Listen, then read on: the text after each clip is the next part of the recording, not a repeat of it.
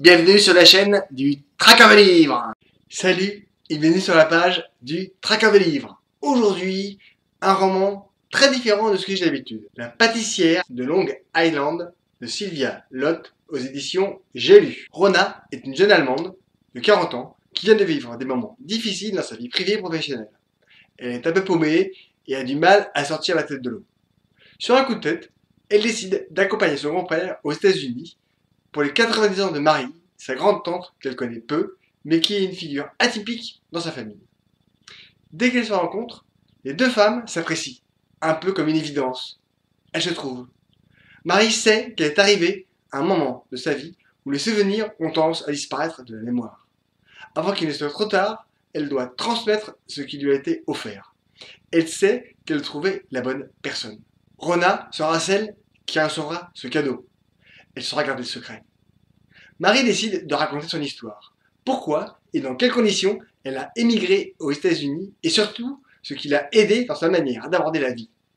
Pour la première fois, elle va transmettre la fameuse recette secrète du cheesecake qui a tant influencé sa vie. Retour dans le passé en 1932 en Allemagne. Marie a 19 ans. Elle vit en Frise orientale. La campagne allemande est superbe, mais la vie y est dure. La période d'après Première Guerre mondiale a plongé le pays dans une pauvreté absolue. Marie est déjà une jeune femme pleine de rêves et de romantisme.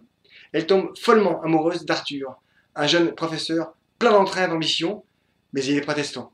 Quand son père l'apprend, sa colère est terrible. Son père veut ce qu'il y a de mieux pour sa fille et le professeur ne fait pas partie de l'équation. Il prend alors une décision drastique. Il était prévu que le frère de Marie émigre en Amérique. On précipite les choses et c'est elle qui part à sa place. Elle va rejoindre ses frères à New York qui ont déjà émigré. Marie vit à traverser un bateau secoué par la tristesse de la séparation de son amour et de sa famille, mais déjà pleine de curiosité. Tout ce qu'elle voit autour d'elle est nouveau, y compris cet avion postal sur le bateau qui est projeté dans les airs pour que les lettres arrivent plutôt qu'eux. Marie sait ce que ses frères ont déjà créé. Elle a hâte de les retrouver. Une certaine déconvenue.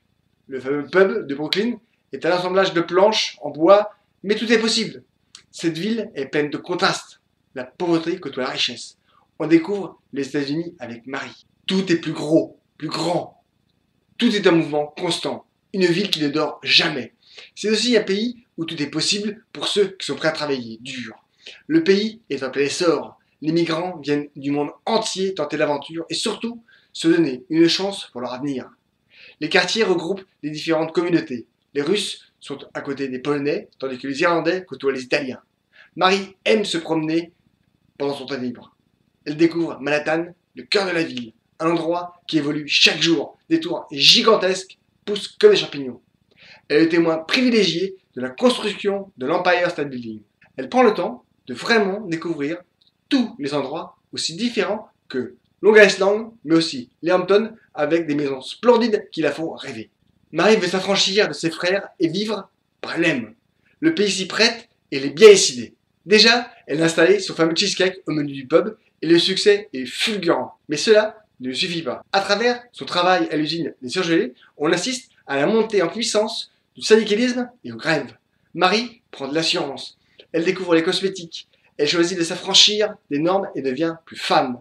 Des figures féministes, d'artistes et de journalistes de l'époque ont une grande influence et donnent la possibilité aux femmes de s'émanciper. Les coupes de cheveux deviennent plus courtes, les places des femmes évoluent. Malgré tout, Marie est toujours amoureuse d'Arthur. Ils s'écrivent. Marie lui raconte tout ce qu'elle voit et ce qu'elle découvre. Et elle-même évolue. Et à travers les échanges épistolaires avec Arthur, on découvre l'apparition du fascisme en Allemagne.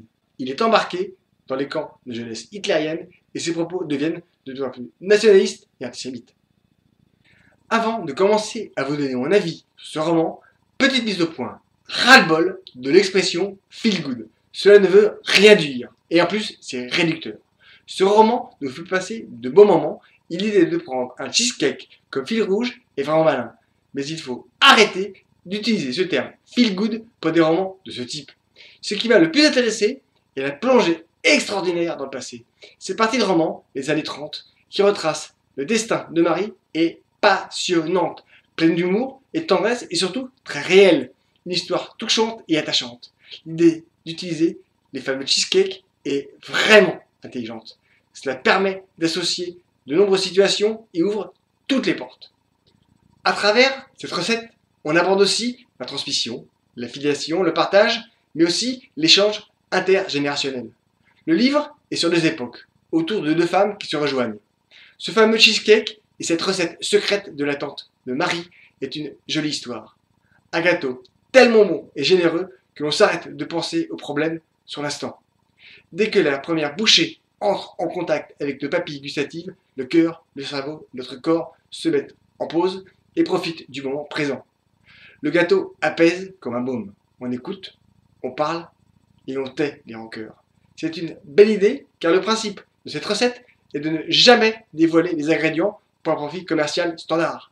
On entre dans la transmission filiale et dans l'évolution de l'individu et du partage. J'ai aussi choisi ce roman pour sortir de mes lectures habituelles et j'ai été vraiment très surpris par la qualité narrative de l'auteur. Elle s'est donné beaucoup de mal pour réussir à lier tous les membres de la famille sur plusieurs générations et surtout les faire se retrouver même plusieurs dizaines d'années après. Mon seul petit bémol est la longueur du roman. Pour presque 600 pages, pour faire entrer tout le monde dans l'histoire, c'est un peu long. Mais on est embarqué dans l'ambiance et le contexte historique des États-Unis à cette époque incroyable. On vit aux côtés de Marie la période de la prohibition. On voit ses frères qui grattent leur fin de mois en participant à un petit réseau de contrebande d'alcool au sein de leur pub.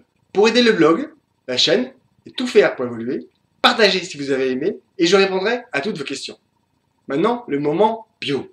Sylvia Loth est née le 13 décembre 1955 en Allemagne. Originaire de la Frise orientale, Sylvia Loth est journaliste freelance pour les magazines féminins de voyage et d'art de vivre. Elle habite Hambourg.